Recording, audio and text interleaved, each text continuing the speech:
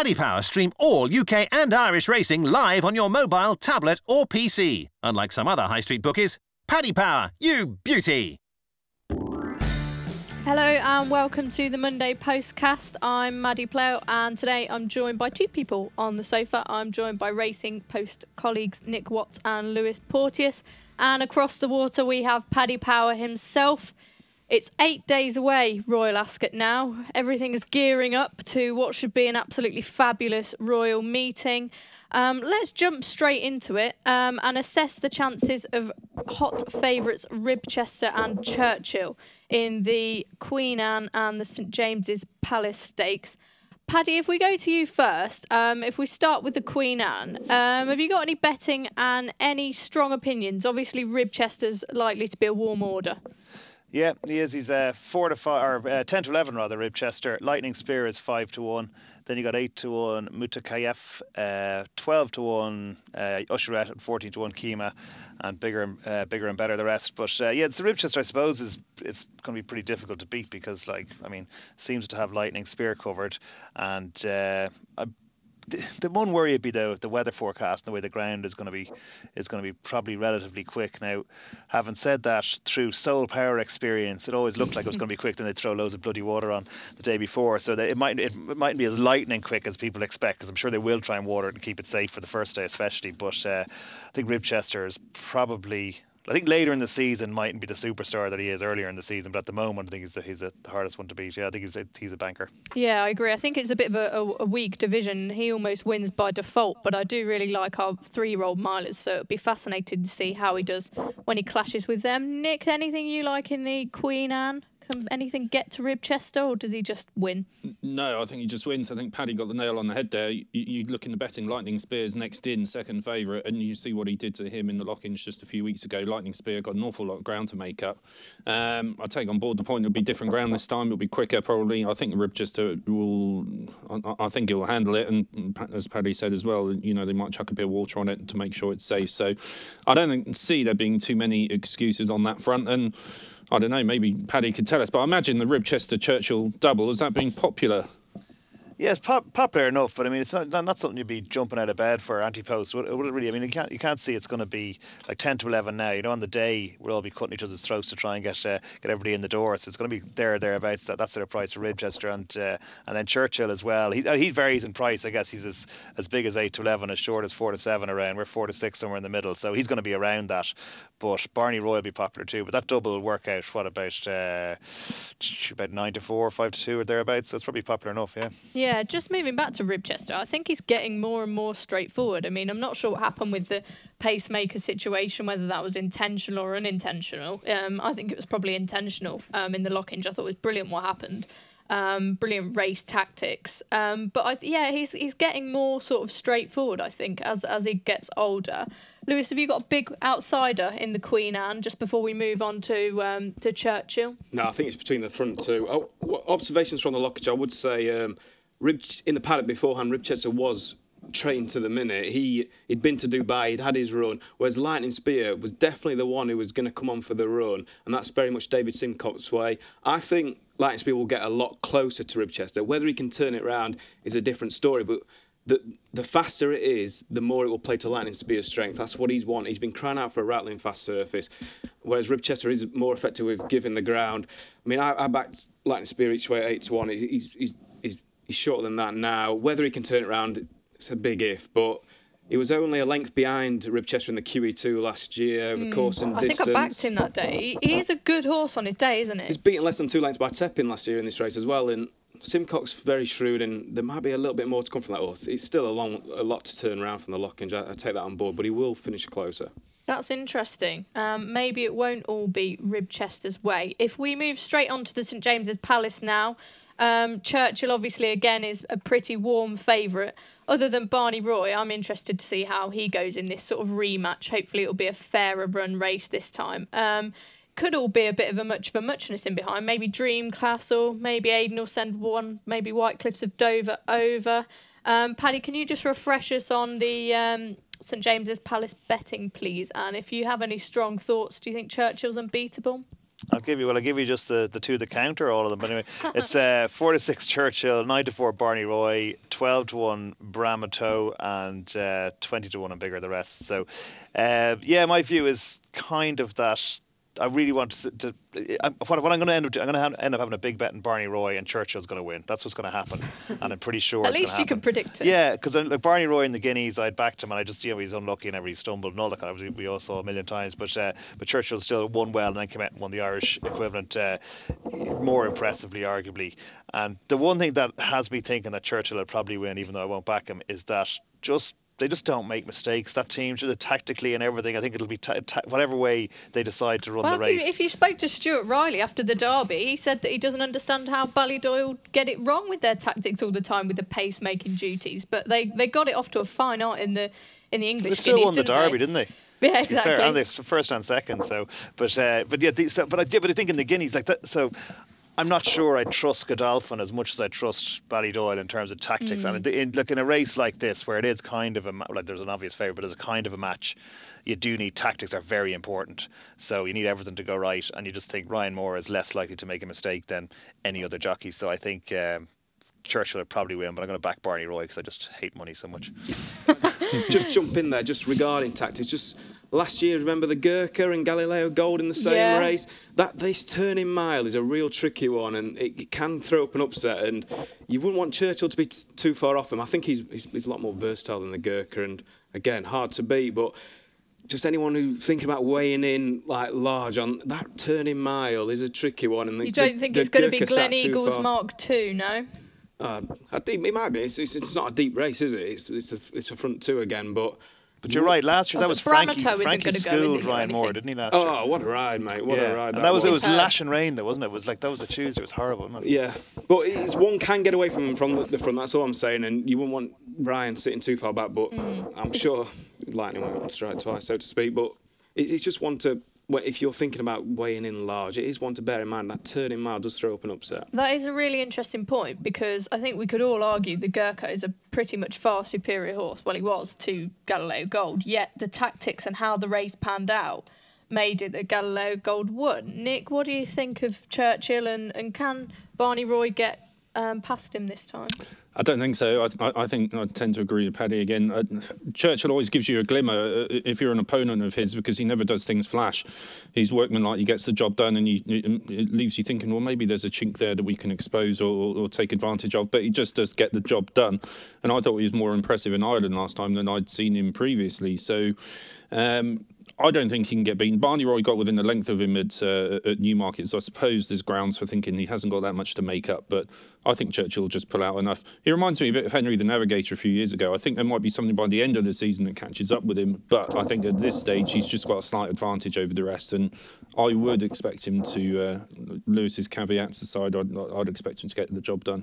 Yeah, I think that's probably true in that you say something might catch up with him later in the season. It will be really interesting to see the likes of Churchill and Winter if they step up and go into proper open company. Right, we've gone from two sort of straightforward races, hopefully, and we're now going to look at the Prince of Wales Stakes, which is a bit of a nightmare, really, because there's been several horses that have been teed up for it, the likes of Seventh Heaven, who now aren't going to go. Obviously, this was Minding's big target, and she's out of it as well.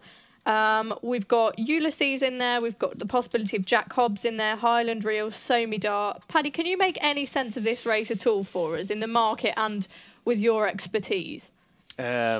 You came to the wrong person for expertise, but I could tell you what the price are. I wonder, I was only talking about that earlier, I wonder, is it like, do we just price everything earlier these days, or are there more rights priced earlier? Because it does seem there's a lot of head scratching. It's like Cheltenham on early, like about who's running where this year, so it's a bit strange. But anyway, we have Ulysses and Jack Hobbs as joint favourites at 3-1.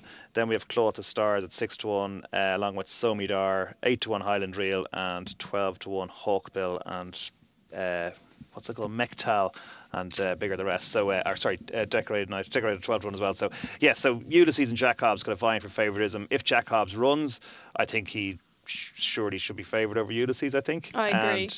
And then Claw to Star has been talked up as probably a Claw to Star is a definite runner, isn't it? So probably that's the reason why maybe it's been talked up a lot. I'm not 100% gone on Clough of Stars. If Somi Dar runs, obviously conditions look like it would suit her, so she'd have a decent chance as well. And what's the non-insulting way to say not a great race? An open year. You've got that down to a T. I just probably would have insulted it and made a massive big deal of it. Yeah. I was saying to Nick before we actually went live that I'm not sure he'll go because obviously he ran in the Hardwick last year, but Highland Reel, this is a Group 1, the Hardwick is a Group 2. I think if they popped him out in front, they know he stays. If they go a good gallop, he's probably the best of that lot. Jack Hobbs, I think, with the blinkers, is still kind of hard to trust. So I'm not quite sure. What do you make of it, Nick? It's certainly not a bad shout. If Aidan's listening today, then of course he is. It might give him some thought.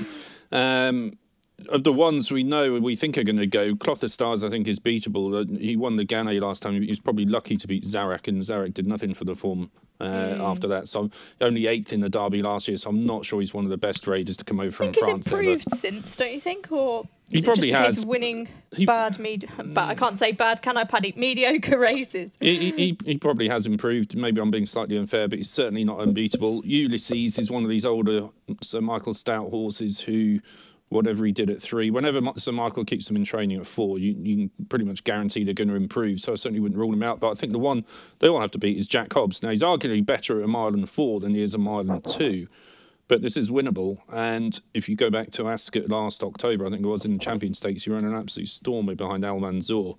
And, he hasn't been the easiest to train. He pulled up early last season, didn't he? Has had a few injury problems. But when he's right, I think he's very, very good.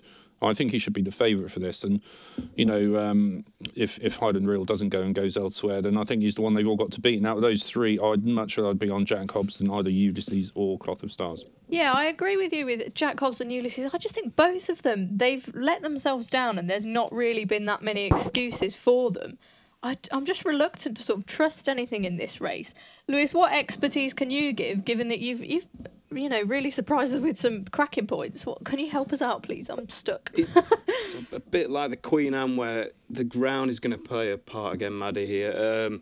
I think Clough of Stars not been tested on a fast surface, but all his winning's been coming with giving the ground. And while Jack Hobbs won the Irish Derby on Good to Firm last year, again, it rained a lot in Dubai when he looked so good, and I'd say he might be better with giving the ground. I wouldn't disagree with that. On fast ground, over 10 furlongs, I'm not sure that's Jack Hobbs' bag, really. He might even go the Hardwick if it came up fast, and let Somi Dar step in instead. She's got to be a player. Ulysses will love the fast ground that it looks like it's going to be. He's not achieved it yet, but like Nick said, he's a typical stout horse that the best is surely still to come. Whether he should be favourite, I don't know. It's one you got to tread carefully because a lot of these have got the Hardwick entry, so I don't know. One I like further down is Hesham. No idea. I've heard nothing whether he's going to go for this race or not. But he was in front of Ribchester in Dubai. Only the Japanese horse was the only one who could beat it. There's Decorated Knight was behind him, who's come out and won a Group 1 in Ireland. 12-1. And him and Somi Dar would be my interest, but you've got to wait to see who's going to turn up because a lot of them have got the Hardwick entry. Yeah, that's a good point to that. I think it's not ideal with Somi Dar. Obviously, she's not had a run. She was due to run twice, and she's not took up either of those engagement. Paddy, anything to add last minute on the Prince of Wales, or is it a watching brief for you? Well, Johnny G, if we're still allowed to call him that. Oh, of course we are. To be fair, if anybody could get Somi Dar there and ready to go, this is true. He's good. He's good with the ladies, horses. But yeah, no, I honestly, I think it's open. I think if Jack Hobbs goes, I think he's the one that we want to be with for me. Okay, we'll move on. It's competition time now. Every Monday and Thursday, listeners and viewers have the chance to win our £25 or €25 bet, courtesy of our sponsors, Paddy Power. We ask a question, and all you have to do is tweet your answer using the hashtag Postcast. Today's question is, who is Paddy Power's favourite for the Queen Anne Stakes, which kicks off Royal Ascot next week? It's 8 days away. Don't forget to tweet your answer using the hashtag Postcast for your chance to win. Introducing Paddy Power's Hot Trot Jackpot, their new free-to-enter horse racing competition. Every Saturday, pick 5 horses in a free Lucky 31 bet for your chance to win the guaranteed £10,000 jackpot. T&Cs apply. 18+, BeGambleAware.org. Right, welcome back to the Monday Postcast. We're all going to get really excited now because we're going to talk about Friday's Commonwealth Cup. This looks to me as if it's going to be the race of the meeting. It's been criticised a lot, the introduction of it into the programme. But I think, you only have to look at the top 3 in the market this year and it really gets you excited. Which camp are you guys in? We've got Caravaggio, Harry Angel or Blue Point, or indeed is there anything else that you think could spring a surprise? Paddy, give us the betting, and I presume you're with Caravaggio? Don't be so presumptuous, just because I normally wear green tinted glasses doesn't mean I have them on today. But Caravaggio's even money favourite. Harry Angel's 130, Blue Point 11-2, and then Bound for Nowhere 12-1, Dreamcastle 12-1, Lady Aurelia 16-1. So anyway, the top 3 are the ones we're going to be talking about, and interesting. I'd be interested to see what the panel says, but everybody's just kind of written off Blue Point, so which suggests that at some stage he's going to keep drifting and he'll eventually become a decent price. 11-2 might be a big enough price already. Harry Angel, I thought was really eye-catchingly awesome the last day, but is clearly an absolute lunatic, which all these genius kind of sprinters always are. There's a little fine line between brilliance and madness, and I think Harry Angel could be very, very good, but Caravaggio probably is just a bit of a freak. He was like clearly the best 2-year-old last year and seems to have trained on. And I just think what I was going to this morning, I would have, if you'd asked me what I was going to tip up, I'd say Harry Angel definitely. I was really taken by that performance and everything. But now, the more I think about it, the more I think that Harry Angel and Blue Point will just make Caravaggio's price backable. Do you not think that sort of Blue Point has had his chance in that Harry Angel had the penalty against him on return? And I just wonder if Harry Angel's just improved past him. He beat quite a good field, arguably better than what Caravaggio beat last time at Haydock. What's the love affair with Blue Point? Do you just think he's becoming a backable price? I just think he's drifting a lot. I mean, Blue Point's his last time out he beat Harry Angel, didn't he, by a length and a half or whatever. So, it's hard to knock him for beating one of the horses he's running against again next week. So, I do think he's probably the third out of those 3. But at the same time, if he goes to 7-1, 8-1 or something, like suddenly he's a great each way bet, because you can't say he's not going to win, Yeah, definitely. Very snide each way bet. Lewis, we'll go to you next. Which camp are you in for the Commonwealth Cup? It might be because of the prices, but I'm very much with Blue Point here. Again? Surprising. He had the Harry Angel had the penalty in the pavilion, but watch that race again. If they were off level weights, I don't think Harry Angel would have turned that round. Blue Point was dominant that day over him. And Paddy makes a very good point that Harry Angel lives on his nerves. Bit of a live wire. In the pavilion, he'd lost the plot down at the start, and that was on a midweek meeting at Ascot. What's he going to be like at the Royal meeting with all the carry-on before?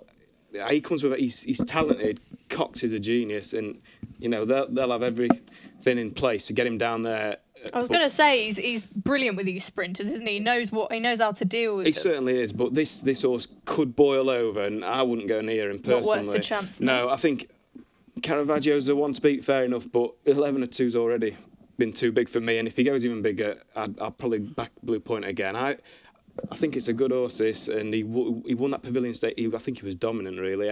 And you said about Harry Angel's race at Haydock, he smashed the track record, fair play, but on ratings, he should have been winning by 4 lengths, in my opinion. So I'm in the Blue Point camp. Right, interesting. I spoke to Nick about this yesterday, and I said for me it's like choosing between 2 children, because I think Caravaggio is just freakishly talented. I think he's one of the most naturally gifted horses I've seen in a long time, and Harry Angel equally. The hype surrounding him has been huge for a long, long time. Are you going to let me down and go with Blue Point again now, Nick? No, I'm not. I'm not going with Blue Point. I think the point I would make about Blue Point is that, he did win nicely last time, but if Godolphin were that enthused about their chances, why have they just bought into Harry Angel? Very, very good point. If they were confident of their chances with just the one horse, they've just bought Harry Angel as well. So does that indicate they didn't have much confidence in Blue Point beating Caravaggio or even beating Harry Angel when he was with his former owner?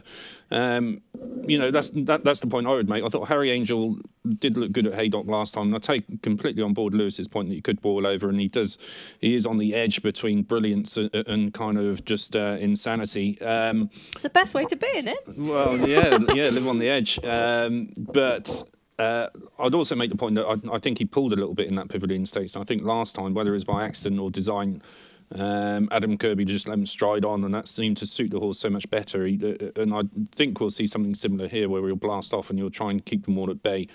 Do you think he can do it? That said, I'm going to go with Caravaggio. obviously he came here last year and he won the Coventry very, very impressively. He had to quicken twice. He was from a bad draw. You know, he wouldn't have loved that ground. Yeah, in terms of temperament, machine. I just think he's that bit more solid than Harry Angel. I think in terms of raw ability, they're probably both pretty similar, but, you know, just the fact that he's more kind of... how would you call him? A more calm kind of type of horse. Malleable character. That would help him in a cauldron like Royal Ascot more than it would maybe Harry Angel. Okay, excellent there. We're going to move on from the Commonwealth Cup now, sticking with the Royal Ascot theme. First off, we want a 2-year-old to keep an eye on from all three of you. We'll go around in a circle. We'll go Nick first. There's a horse for Aidan O'Brien's called Murillo, who won, I think, at Tipperary last time out very impressively. Never heard of it. Well, he's a scat daddy 2-year-old, and he was well fancied on his debut and was rubbish. And I thought, oh dear, that's not looking very good. But then he went to Tipperary. As ever.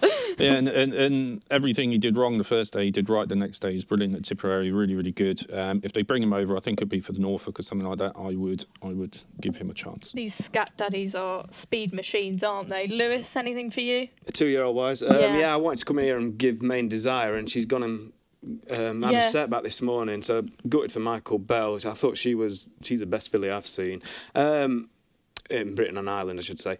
The horse she beat at York narrowly, Neola, I think she's a runner. Mick Channon, she got stuck out in the middle of the track at York. Really lonely, and might have even won with a bit of company. Channon's, you know what Channon's like with his 2-year-old, especially fillies. He's good. The obvious worry is that this Happy Like a Fool from Wes Ward, he's given it a great... You just don't know, do you? Well, he's given it a great little couple of lines in the post this morning. But Neola's, I think she's 10-12 to 1 shot. She could easily run a place in the Queen Mary. What do we reckon of the Irish Paddy? 2-year-old to keep her eye on? Yeah, I don't know. I'm not sure if I'm that gone on like anything that should be kind of like, you know, scribbling down your notebook and going down to the bank to take the loan out or anything. Down. I know. The two that I kind of have behind is in the Raja Singh, the one at Newcastle. Yeah. So that one for the Coventry, and it's 10 to 1 or so. But I thought that was very impressive, and the forms worked out quite well. And the one from Saturday as well, Robert Cowell horse, Chica La Habana. Did you see that at Beverley? Yes, I did. Yeah, just impressive. like it was kind of off the bridle a long way, but just kind of was learning how to race during the race. Do you know what I mean? And just to like miss the break and everything, it just was very eye catching. I thought the way he kind of finished off that race, and will obviously improve a lot for us. So that could be one for maybe something like the Queen Mary, I guess. But yeah, I don't know, I'm not totally gone. I'm there. My arm is there to be twisted on 2-year-olds so far this year. Okay, what about a handicapper? That's our next sort of bullet point. Have you got a handicapper for us to keep our eye on? I've two of the lads. I'm obviously a rubbish judge, so I asked two of the lads in the trading room there before I came in.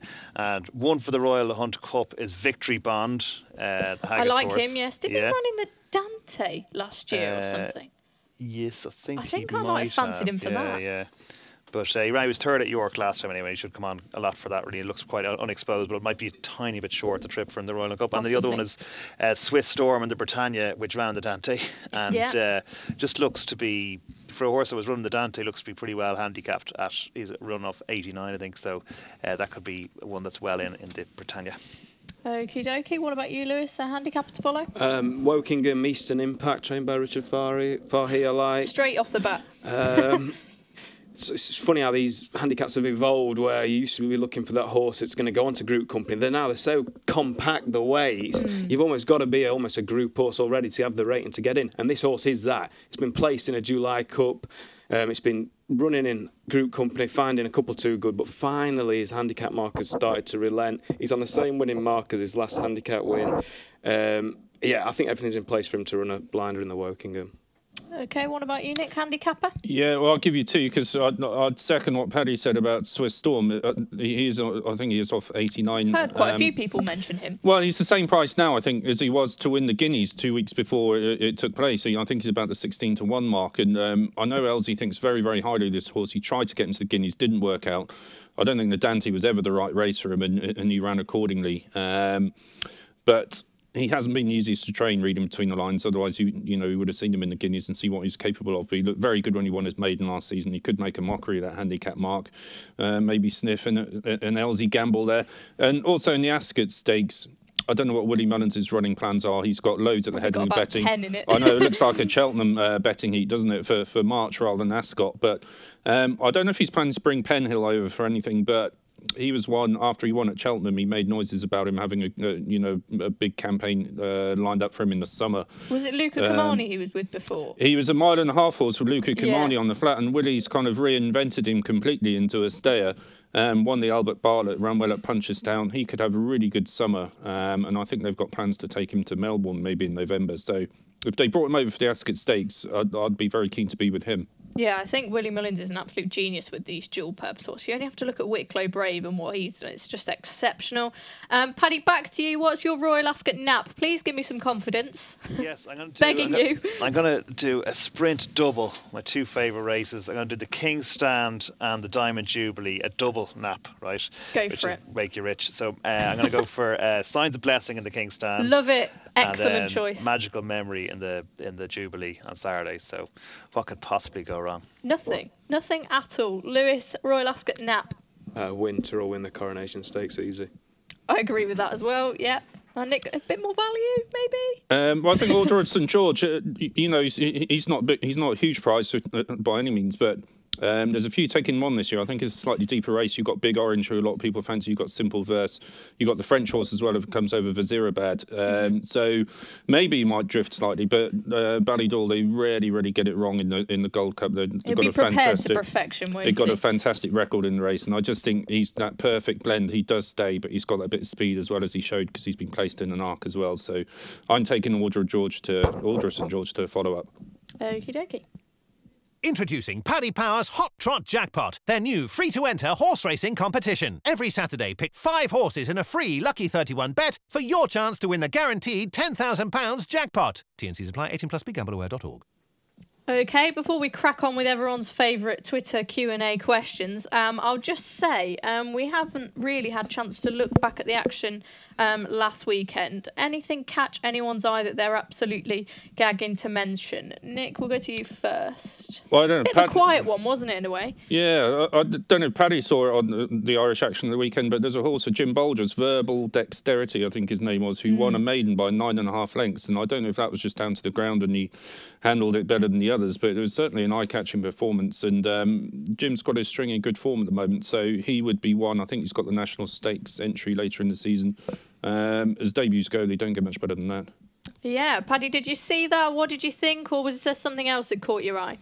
Yeah, that was the first race to occur on Saturday, wasn't it? And the weather was pretty horrendous here over the weekend, so that was like a heavyish ground as well. But you're right, Bulger had probably five winners maybe over the weekend, over the 2 days. So I didn't see the race myself, but I'm just looking here, won by 9.5 lengths at 8-1 as well. So it wasn't exactly punted off the board. So, and the one I said earlier, that Chica La Habana, is the Robert Cowell's horse at Beverley. I just thought that was the one that kind of jumped off the page or jumped off the screen at me. Excellent. Lewis, anything for you? I got Verbal Dexterity down here in capital letters. That was just ridiculous, wasn't it? He quoted for the Guinness now, but that could be a middle distance horse for next year. I thought that he shaped like a real stayer, didn't he? Close at home, Beverley. Good little card, that Beverley. Some nice 2-year-olds. That Brian Yedley Trophy won by Cardship. The third horse, Cool Spirit, was making its debut. Same colours as the Robert Cowell horse that Paddy's put up a couple of times today. Chica La Habana. Yeah, Cool Spirit. James Given, first time out. Clueless early on, fell out the stalls. Doing all the best work late on. It almost finished second. He could be the best horse in that race. And that Brian Yedley Trophy's worked out last year and it could do it again. So Cool Spirit would be a 2-year-old to look out for. Might not be Ascot bound, but beyond that. Okay, we're going to go quickly to the Twitter Q&A now. We've spoken about the Diamond Jubilee a little bit. Stephen Boardman asks, given the weather forecast, plenty of sunshine, is Lamato a big price for the Diamond Jubilee? He's devastating on good to firm. Nick, I'll pass that one to you. What do you reckon of Lamato's chances? Got a very good chance, hasn't he? He's on a bit of a retrieval mission after what happened last time, which was unfortunate. But so maybe not the best lead into the race for him. I'm with Paddy on this one. I think Magical Memory, he was a real eye-catcher at York for me. He travelled superbly, and he almost won this race last season. It wasn't quite run to suit. He was a bit slow out of the stalls. I think he was quite unlucky, wasn't he? Never quite in the right position, and he had to make up his ground and didn't quite have enough in the finish. But if things go right for him this year, I think Magical Memory could be the one. But, yeah, Lamato, if he's on his game, we saw what he did last summer. He's obviously a top-class horse. Yeah, I'm going to fire one at you, Paddy, quickly. Where does Joseph's True Blue Moon go? Do we know? Don't have a ratters, to be honest. Excellent answer. I think he could end up in the Norfolk or something like that. I have no idea. Right, sorry, we can't help you with that one. We're a bit rubbish. And Lewis, finally, I will chuck this one your way. Thomas Jones asked what are your thoughts on Alpha Centauri, and also he's back Tan Sholpan at 33-1 for the Ribblesdale, who was third to Enable and alluringly at Chester. Well, yeah, that form's obviously stacking up well. Big prices. I wouldn't have I wouldn't be sort of that clued up. I like more. I've put you on the spot here. My Ribblesdale horse was Maury, who I thought. Yes. Yeah, the star Regally bred. won at Goodwood really. Won at Goodwood really. Or the Khalid Abdullah horse, yeah. So Maury, but yeah, he's put me on the spot a little bit there. But if you're getting 33-1, good luck to you.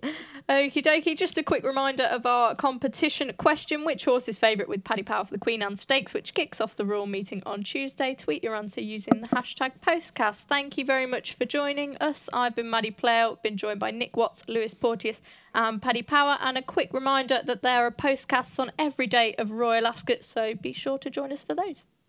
Check out Paddy Power's new and exclusive Cash Card Plus, available to use online, at ATMs or even down the local. Paddy Power, you beauty!